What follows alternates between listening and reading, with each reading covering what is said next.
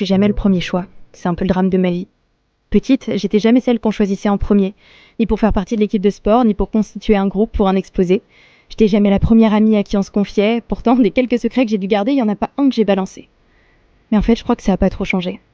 C'est vrai, aujourd'hui c'est toujours pas moi qu'on invite aux sorties ou aux soirées, pas moi qu'on appelle, qu'on texte, qu'on va voir.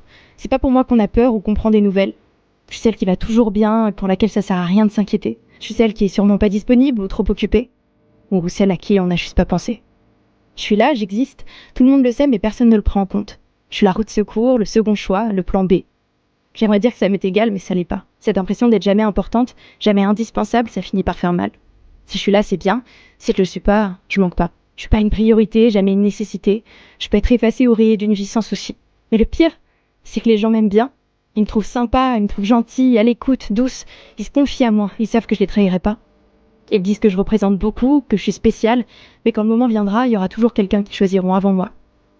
Je suis pas la première. Je l'ai jamais été. J'ai tenté de me rattraper en étant première à l'école, mais même là, j'ai échoué. Je suis la première fille de mes parents, la première sœur de la fratrie, pas la première copine de mon copain, pas la meilleure amie de mes meilleurs amis. J'ai l'impression de toujours donner aux gens l'attention dont ils ont envie, dont ils ont besoin pour se sentir bien. Cette attention, personne me la rend. Pas même moi. Surtout pas moi.